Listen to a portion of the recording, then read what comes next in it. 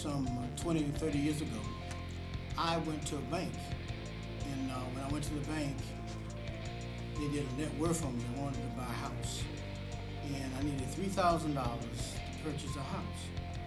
And so, in order to get that $3,000, I had to show on paper that I didn't need that $3,000, so they did what they call a net worth on me. They asked me questions such as, do you have any stocks? Do you have any bonds?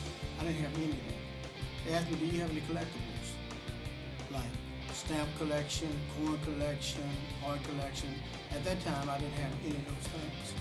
So then the lady was kind of irritated with me. So she says, Mr. Gresham, do you have an insurance policy? Yes, ma'am. How much is it worth? I said $10,000. She sighs and says, you were more dead than you were alive.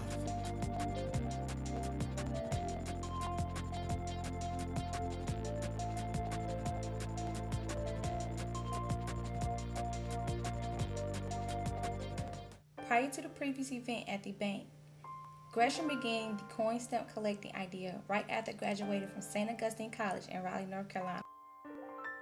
At that time, I was very emotional. My wife was with me. We left the bank without a loan. And so at that time, I began to learn that in order to borrow money, you have to show on paper that you don't need money, okay?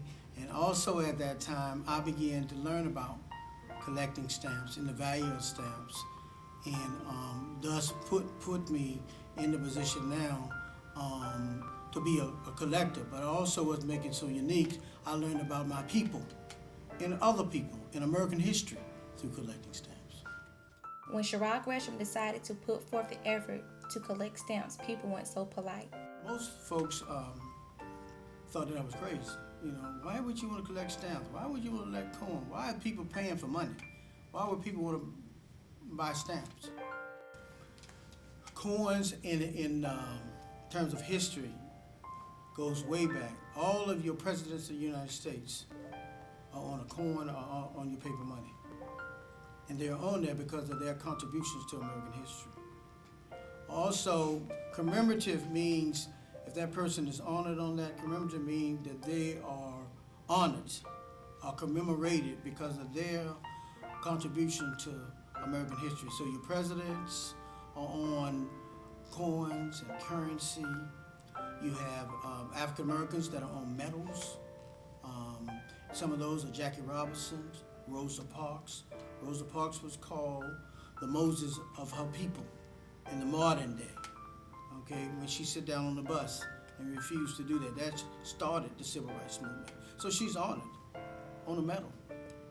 Dorothy Hikes is one of the civil rights leaders who started the Women's Negro Forum.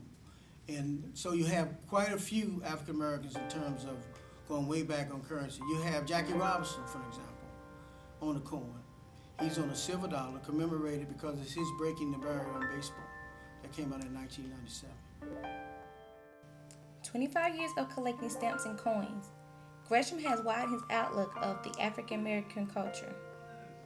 It's brought in a lot in terms of my outlook in terms of our culture. One of the things about collecting stamps, you see every subject is on a stamp.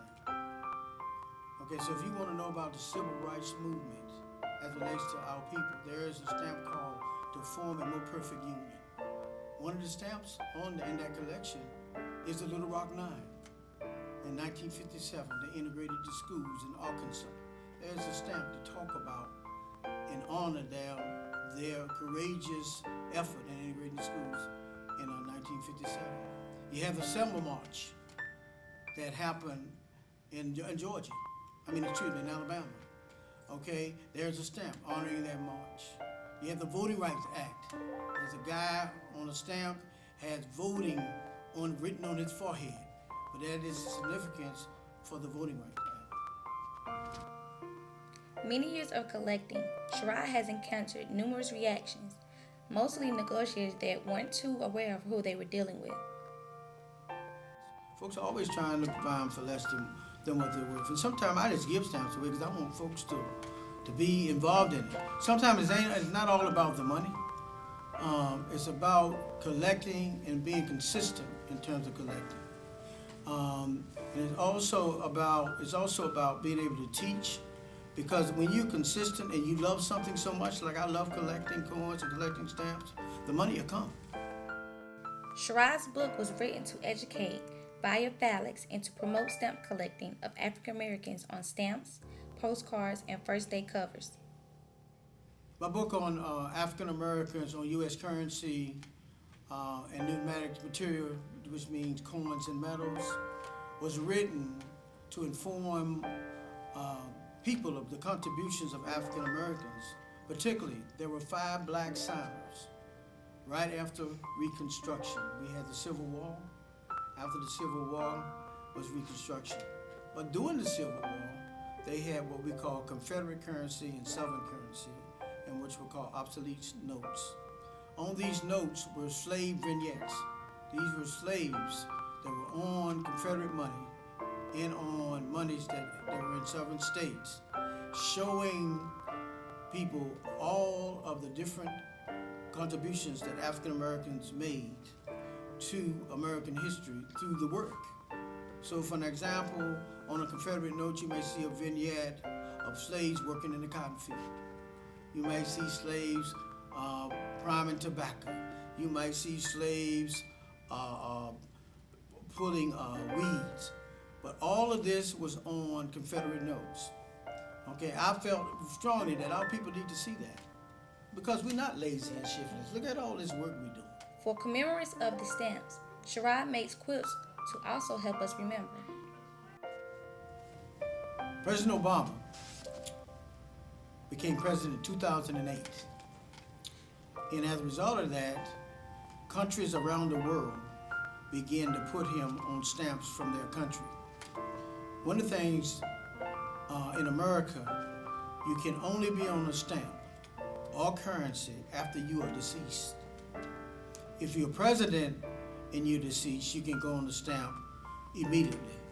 If you're anybody else that could rise to prominence, you have to be deceased for 10 years, for at least 10 years. So in terms of Obama, I began to collect world stamps, and he's on world stamps from all over the world. And what's significant about that is that his family, dignitaries from all over the country are on stamps with him.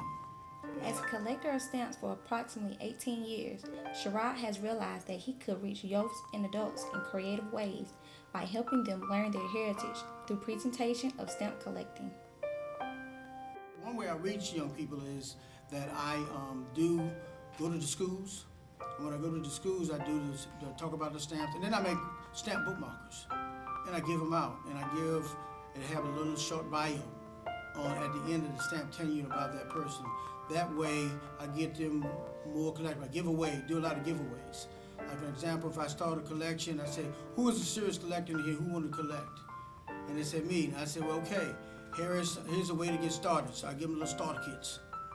And then I said, I need your phone number, because I'm going to check back with you to see if you are real true and you really want to do this. So that way, sort of giving them free gifts, starting them on collections, and then following through by calling back up and see if there's something that they still love and enjoy. Gresham has founded S&O Educational Resources, Inc. for the use of stamps, dancing dolls, and other multicultural materials. One is that sometimes it's funny, because then you go and collect the things other people don't collect. And in the white world, sometimes it can be discouraging.